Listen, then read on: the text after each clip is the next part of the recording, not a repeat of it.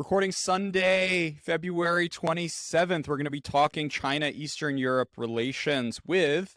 Hi, my name is Matej Šimalčík. I'm an analyst at the Central European Institute of Asia Studies, a think tank based in Bratislava in Slovakia.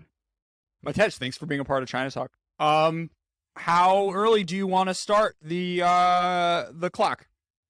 Feel free to go back to the founding of the Republic. We could do Silk Road, wherever you want to, wherever you want to kick us off with China-Eastern Europe relations. More or less, China became an active part in this part of the world starting around 2012, when it started its so-called 60+1 platform, uniting various countries of the Central Eastern Europe together with China in a sort of semi-formal or formalized dialogue on various levels of government, culminating in the annual summits of heads of states and heads of governments. However, it's not really that interesting for the current situation when it comes to Ukraine, who is part of this platform. It's much more interesting to talk about who is not part of the platform when you look on the map of the Eastern Europe. And you will see that pretty much three countries of Eastern Europe stand out that geographically would make sense to be part of the platform, but are not in it. And that's namely Belarus, Ukraine, and Moldova, which has been kind of interpreted that at the time when China was making its first inroads into the region, it did not want to upset Russia and it basically was taking into account Russian interests in the region, and it did not really want to step on Russian toes directly in its front yard, so to say. So yeah, as a result, the Chinese relations with Belarus, with Ukraine, and Moldova were developing really separately from the rest of the region. However, of course, China still has many interests localized there, especially in Belarus and Ukraine. So, for example, the most visible one would be when you talk about the Belt and Road Initiative, which was started around 2013 and was developing over time.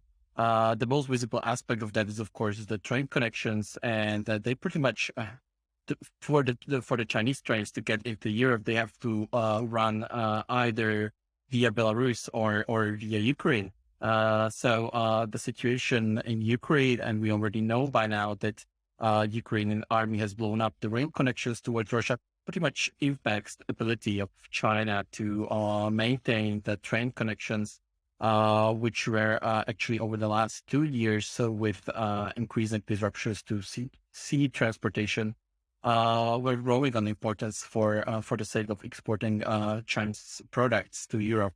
That being said, though, this is really a smaller of the interest that China has in the region. When you kind of juxtapose its economic interest in Ukraine with its overall, let's say, strategic interest that it has been spending several years now on promoting in many times in some sort of alignment in some sort of alignment with Russia, and this quest to kind of reinterpret the world order to promote multipolar arrangement of the international affairs. The current crisis in Ukraine, the Russian aggression in Ukraine, when we look on Chinese reaction, we pretty much have to take these two factors into account. Sure. Let's zoom in then to China-Ukraine relations. Yeah. When it comes to specifically to China-Ukraine relations, as I hinted before, a lot of the Chinese interests lie in the transportation sector. Ukraine is one of the possible pathways for Chinese products to get into Europe. Also, there's been a lot of interest in agricultural sectors. China has been buying up some agricultural land in Ukraine, which has been developed and of course, agricultural products play an important role in the economic sector. But yeah, bulk of Chinese attention on the Eastern European region was localized elsewhere, and more diplomatic energy was spent on developing relations with other countries of the region rather than Ukraine, precisely because of that Russia factor in the equation. Sure. So let's talk about it from the perspective of the Central and Eastern European countries. What was the sort of value proposition of tighter relations with China, and how is that potentially changing in the context of this war? Yeah. When China came in 2012 with the offer to start a 16+1, we have to realize that there was that a lot of the countries of Central and Eastern Europe were a little bit cash strapped at the time in light of the financial crisis. They have seen in China this kind of potential to bring in new cash into the region by promoting investment, by being able to export to China. And this has been kind of the main factor why a lot of the Central and Eastern European countries were trying to develop relations with China.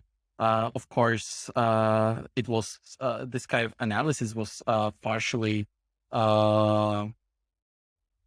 influenced by, let's say, sino-romantic perceptions and a little bit orientalistic perceptions of China, where it was seen as this faraway, exotic land, which is big and rich, and it's been growing. It's been economically growing for decades at the time, and pretty much Central European and Eastern European politicians wanted in on this economic benefit, sort of, let's say. However, over time, what we have seen was that China was making, of course, a lot of investment-related promises, which have not really always materialized. Of course, when on a closer look on Chinese, let's say, investment in the region, you will realize that not really all of them are investments. A lot of them are infrastructure projects, which are pretty much just a form of Chinese credit lines rather than investment proper. Which, when you look at this from the point of view of those Central and Eastern European countries that are members of the EU, is not really a proposition that makes much sense for them, because from their point of view, Chinese loans, Chinese credit lines are much more expensive compared to what they can obtain elsewhere, either via traditional lenders like European banks and World Bank, and or via European structural funds. Of course, the situation is a little bit different when you look on the Western Balkans, for example, where the options to get cheap loans are a bit more limited compared to EU members, where where we have seen China be kind of a plan B when it comes to providing financing to various infrastructure projects.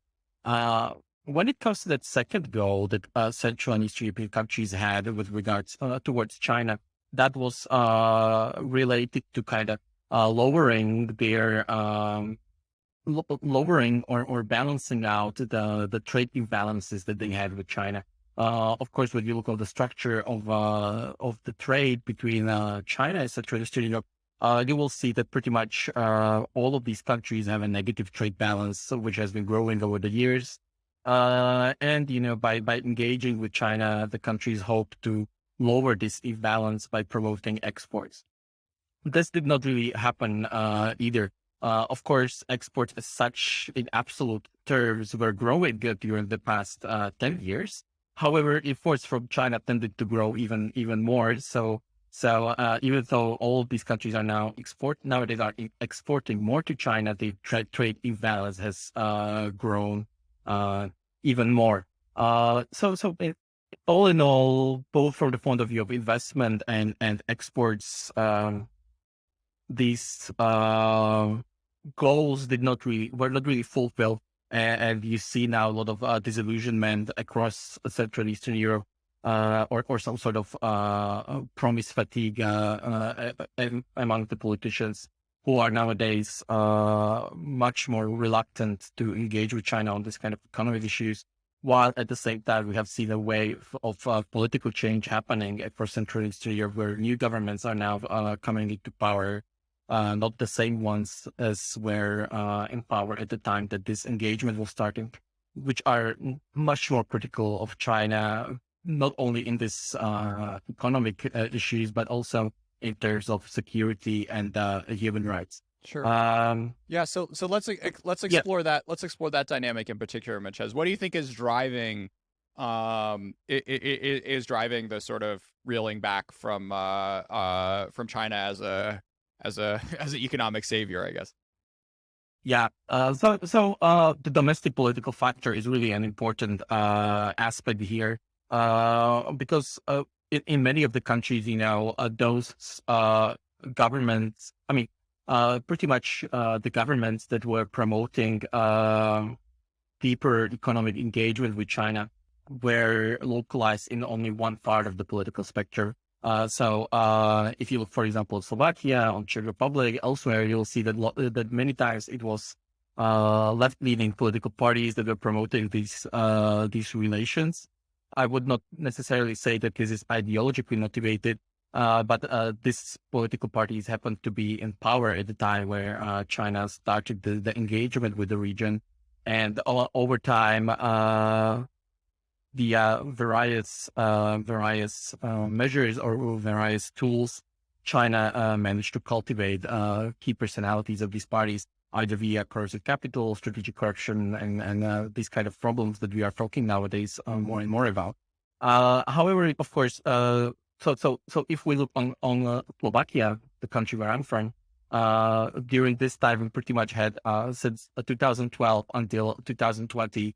The governments were pretty much composed around around one of the dominant political parties, which had very more or less quite strongly pro-Chinese positions. That does not mean that opposing viewpoints did not exist in the country. If you at that time when Slovakia was getting more close was getting closer to China, if you would look at the more on the deeper level of the Slovak politics, and you would analyze the positions of the political opposition, for example, you would find a lot of support for Tibet, for Taiwan, etc. So in 2020, there was an election in Slovakia, and the opposition won that election. And even though China was not even was basically a non-issue in the political race at the time, the election results impacted the foreign policy towards China pretty strongly. Precisely because they already had much more value-based positions on China. And this had pretty much very practical ramifications for China in Slovakia when it comes to, for example, Slovakia's deeper engagement with Taiwan over the past 2 years, more international criticism of China in various human rights fora and so forth. And this kind of dynamic is not unique to Slovakia. Pretty much we have seen the same dynamic happening in Lithuania. We have seen the same dynamic happening in Czech Republic.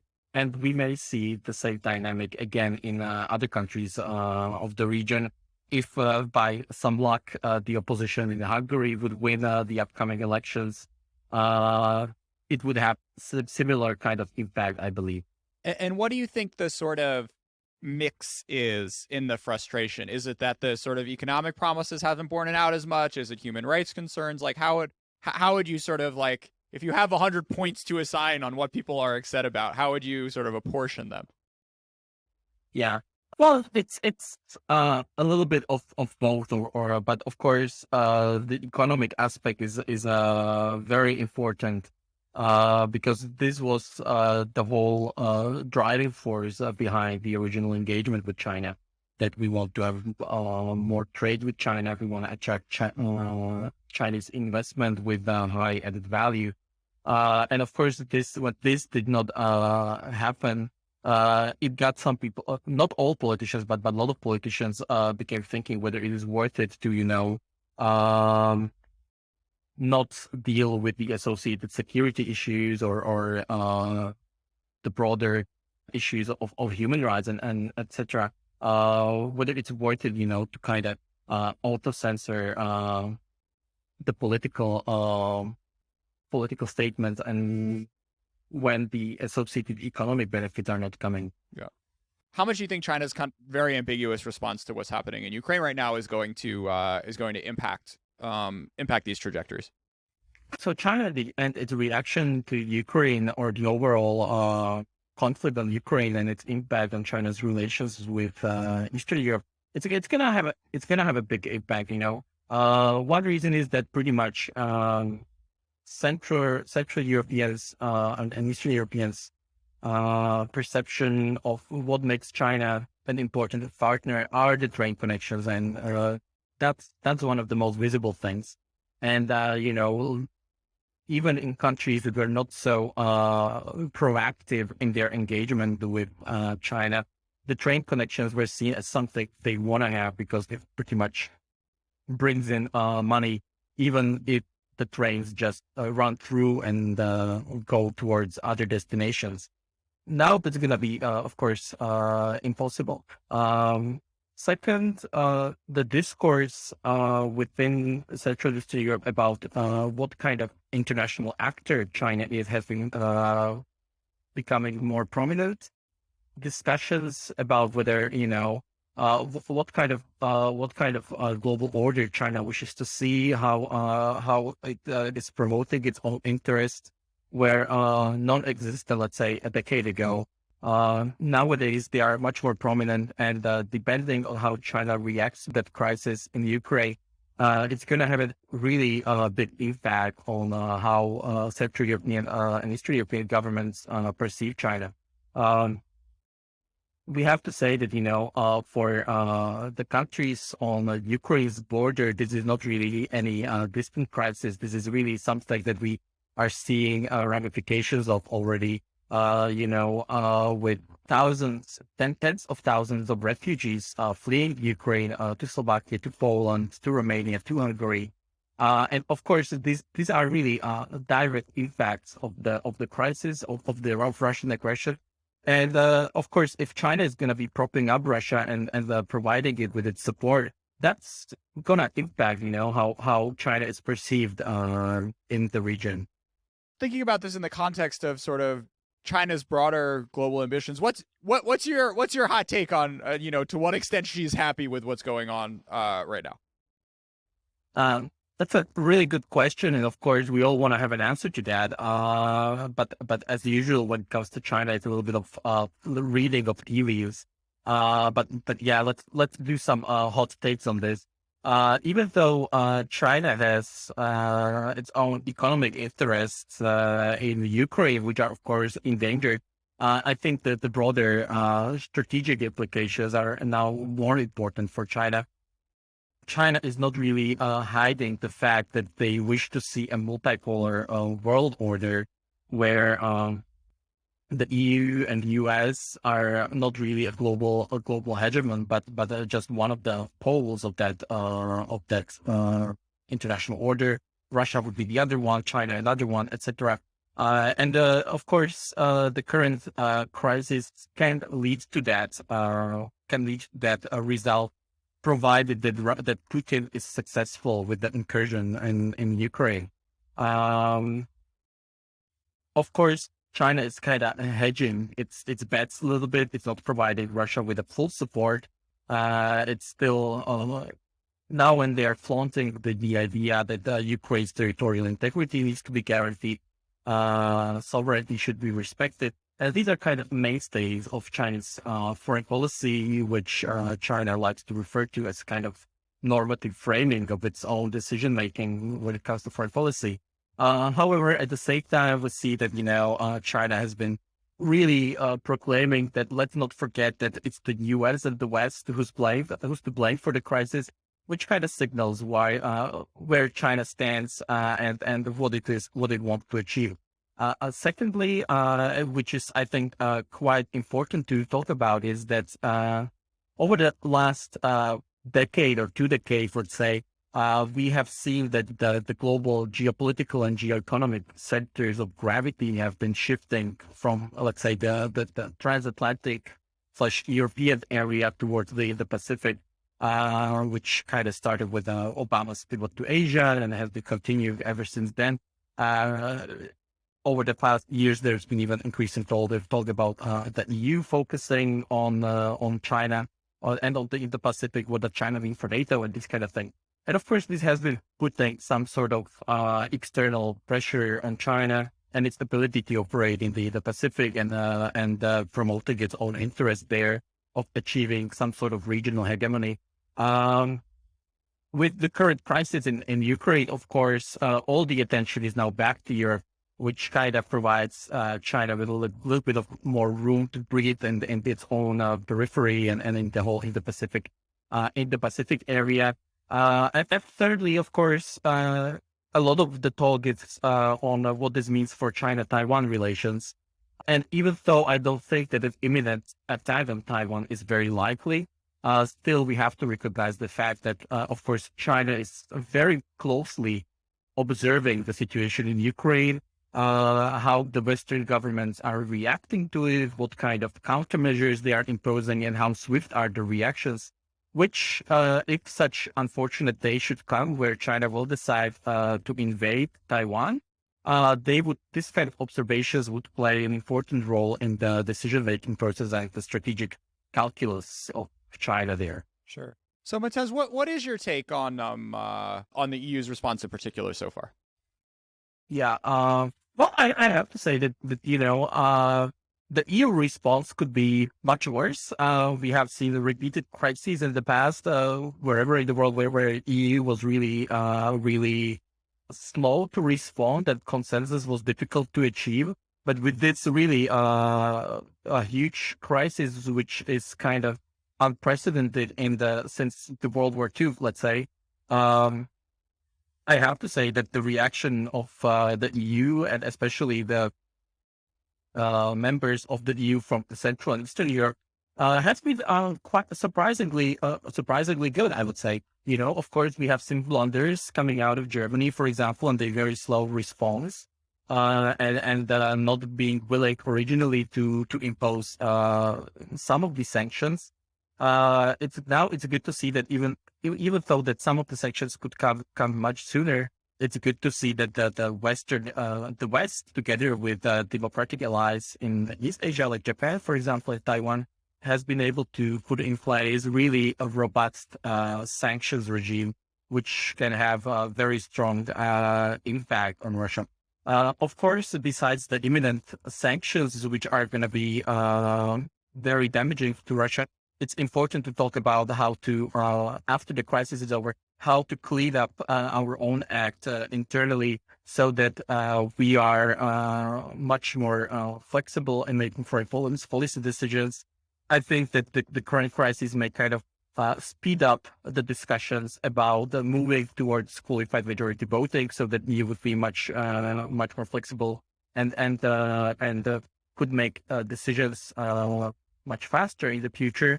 And of course, it's probably gonna speed up also the discussions about various measures to counter strategic corruption and corrosive capital within the EU, which of course have a detrimental effect on decision-making processes precisely in this kind of crisis. What does that mean exactly, Matej? So, when it comes to strategic corruption and corrosive capital, we are talking about various ways via which foreign authoritarian regimes have managed to capture European elites. So, for example, some of the investments into critical sectors, or by engaging in various forms of influencing activities. They have been gaining allies, which now may be reluctant to take some of the more to take some of the actions that are necessary to counter the Russian aggression. So, of course, if you are a politician that has been economically benefiting from the economic relations with Russia, for example, you are not going to be very eager to take the necessary countermeasures to prevent further escalation of the conflict.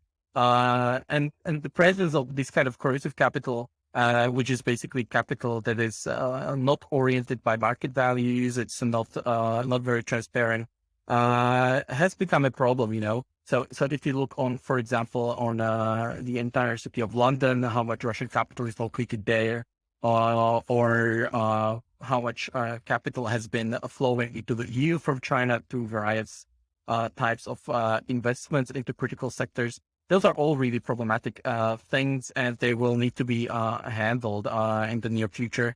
Of course, some of the action has already been taken by, for example, adopting the EU-wide framework regulation on investment screening, or various or the new measures of due diligence. Of course, ongoing discussions about anti-coercion measures. And yeah, this kind of crisis is precisely the time where the debate about adoption of preventive measures like this will be sped up. Yeah. No, it's really interesting reflecting, to what extent this is going to cause the EU to rethink its long-term relationship with China. Yeah, definitely. I really think so that it's going to lead to a lot of rethinking across the EU, not only on relations with China or Russia, but overall on how European values are going to be protected, and how and what kind of actor the EU wants to be in the global arena. If we have been already talking about Germany, it's a good example is the long-term reluctance of Germany to be a very active military player in the global in the global affairs. It has been reluctant to increase defense spending to the 2% that are kind of the soft requirements of the NATO. But now, in light of the Russian crisis, of the Russian aggression in Ukraine, we have seen that even after initial reluctance, Germany is now going to be spending has dedicated a lot of new spending to towards its military and defense budget, which are even over the 2% threshold now. I wanted to come back to a point you mentioned earlier in this sort of Eastern Central Europe, Taiwan sympathy, which has like been kind of developing in a really interesting way over the past few 6 months or so. What is driving this impulse? Yeah, it's certainly very interesting to observe, and several factors are influencing that development. The first one is what I've already talked about, this fatigue with China and its unfulfilled promises. So nowadays, some actors are discovering that East Asia is not only China, that there are other actors with which we can have economic relations, which are going to be which can potentially be much more beneficial than China, without having this kind of political/security baggage, as would be the case with China, which does not really conform to many of the values that we stand for in Europe. Secondly, Taiwan, by some politicians, it is really seen as this kind of anti-China. So the relationship for them is not really motivated by wishing to have a meaningful relationship with Taiwan, but it's really seen as a sort of getting back at China. It's fascinating in its own regard how Taiwan is framed in the discourse of some politicians that we need to have good relations with Taiwan because China is not conforming to our values. So this kind of juxtaposition of China and Taiwan is an important factor in some cases. And yeah, let's not forget that that these relations with Taiwan are really not completely. Taiwan has been in the region of Central Eastern Europe present for quite some time. So if you look on Czech Republic or Slovakia, which have been together with Lithuania and some sort of avant-garde of this new push for deepened relations with Taiwan, Taiwan has already been economically very much a present actor in these countries. It has made substantial investments in the region in the past. It's contributed quite strongly to the workforce, to tax payments and similar. And the countries have been deriving a lot of benefits out of that. And the last factor would be the domestic political factor, which I've said, which I talked about in the past. That now we have new governments in many of the countries that are nowadays much more China critical, which have been having which have been long-term supporters of Taiwan, but they did not have until now the opportunity to impact the foreign policy making.